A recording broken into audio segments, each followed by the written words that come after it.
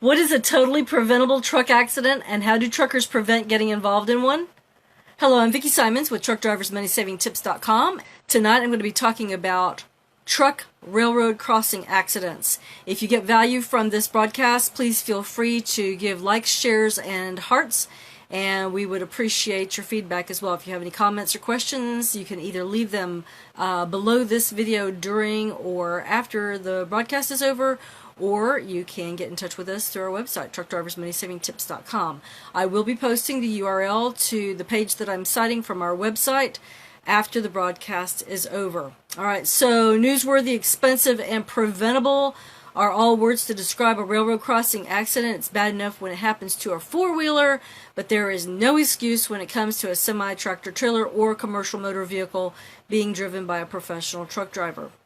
And from the time a student driver is in truck driver training school, he or she should know that the Federal Motor Carrier Safety Administration's regulations cover the following. I'm going to be citing 4 different sections from the FMCSR and what they're all about. Section 392.10, railroad grade crossings, stopping required. Section 392.11, railroad grade crossings, slowing down required.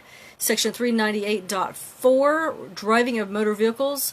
CQ, that is the section Q, railroad grade crossings, stopping required, sign on rear of vehicle.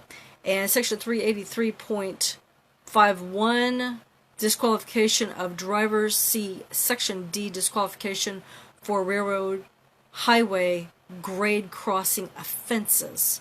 Alright, while there are varieties of railroad crossing signals, they all share in common. They all share things in common. Alright, and I give some photographs of various railroad crossings on the website. Some of them have big displays with multiple types of lights on them. Others have just one light or a set of lights, and one of them in more of a rural setting has no lights at all. Okay, so the commonality between the 3 types of crossings is that they're all marked, and they all have this X, okay, that says railroad crossing, and so you know for sure that it is a railroad crossing. There's no mistaking it. On January 5th, 2011, a truck that was straddling the track was cut nearly in half after being hit by a train. The driver, whose semi-tractor trailer was involved in one railroad crossing accident, exited the vehicle before the strike. Another walked away after such a collision, and another died as a result of the crash. A truck driver died in a crossing crash in early 2011, and as did one in September 2011. Of course, there are probably more recent accidents that I could cite. It's been a while since I've written this page. I have a link to an article about another truck train accident, and another.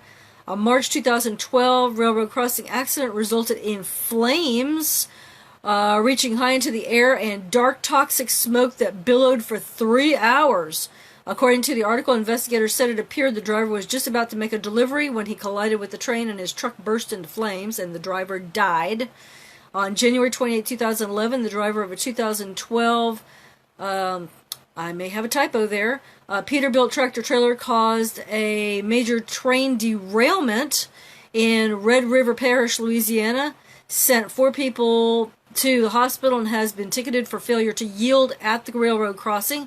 According to the article, for unknown reasons, Valdez disregarded the active warning signals and continued east onto the tracks. The oncoming train hit the truck, causing the railroad crossing accident.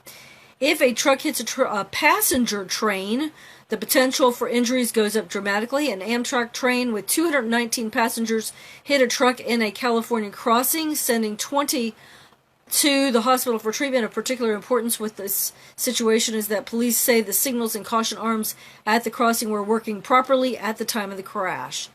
A September 2011 railroad crossing accident involved a truck carrying tomatoes and an Amtrak with 163 passengers. 20 people required medical care.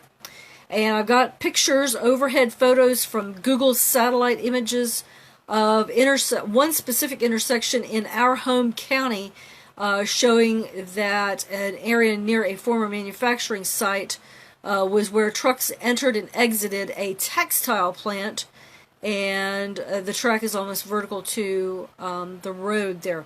Okay, so you can go up to our website and check that out. All right, here's some tips. Truck drivers should never stop or even shift gears while proceeding over a railroad crossing, and for heaven's sake, don't park your rig on the tracks. Once, when Mike was a driver trainer for his trucking company, he had a student who, during his road test, failed because he shifted gears while going over a railroad crossing. If it had not been for that, he would have been employed immediately. The illustration shows that there are different numbers of tracks in a row.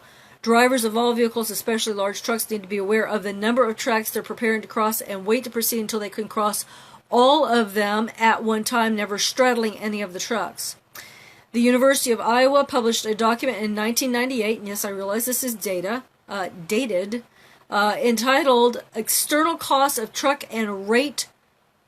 Let me read that again. External costs of truck and rail freight transportation, that cites in Table 3-1 in 1994 dollars. On page 30, the estimated external accident costs per ton mile for freight trucks and trains, and we're sure that the costs have gone up in the years since the data was gathered. Okay, apart from the injury to people, even those nearby who are struck by debris caused by the accident, there is the damage to the truck and the trailer to consider. In one railroad crossing accident, the truck was tipped on the driver's side. Okay, obviously there could be a lot of damage done. All right, depending on how fast the train is going, where the train strikes the rig, and what the rig is hauling, there may be a great deal of cleanup involved or required, even more so if a hazmat load is involved. The problem is even worse if the train derails. All right, and I have a YouTube video embedded on the site, the page there, so that you can see that sometimes when a driver approaches a railroad crossing, he or she must take special precautions to stop, look, and listen. All right, this may be one of those times when you need to lower your windows on both sides and turn down the volume on your radio, your CD player, whatever it is that you're listening to. All right, in addition to the cost of human lives, the potential, including potential wrongful death lawsuits, the cost of recovery and rehabilitation from injuries, damage to or loss of equipment, damage to or loss of freight, the cost of towing and the cleanup, and the loss of work time, all stemming from a railroad crossing accident, there's the almost certain increase in insurance costs, and you want to work to prevent those costs, those expenses there.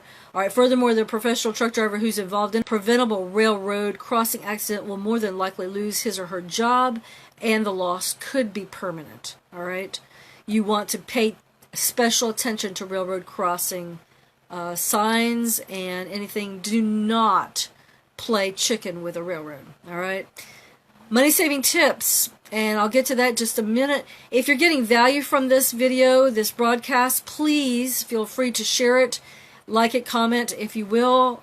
We are endeavoring to help professional truck drivers save money. Our website has over 1,400 pages on it, all designed to help drivers save both money and time. All right, money saving tip. Professional truck drivers should always be aware of their surroundings, including watching for railroad crossing signs and lights, and listen for train whistles and railroad crossing bells. Never try to beat the train. It's bigger and heavier than your rig is. Coming from a perpendicular angle, a train's impact is sure to damage your rig, potentially rendering it unusable or even totaled. Even if you are a company driver and the vehicle does not belong to you, you're still responsible to keep it safe. Yes, some trains take a long time to proceed through intersections, but it's best to wait 10 or 15 minutes than risk something you could regret for the rest of your life. All right, remember how much it costs you to get your CDL and the importance of keeping a clean MVR and DAC report. Consider to your career and your future. Don't risk getting involved in a railroad crossing accident. All right, that's it for tonight. I hope that you've been motivated to pay special attention when you get to railroad crossing areas with your truck. Professional truck drivers, this is a preventable accident. Please take special precautions not to get involved in one. This is Vicki Simons with TruckDriversMoneySavingTips.com. On behalf of my husband Mike and I, we wish you safe travels and lots of money-saving opportunities on the road. Get in touch with us if you need to. Have a great night. Thanks.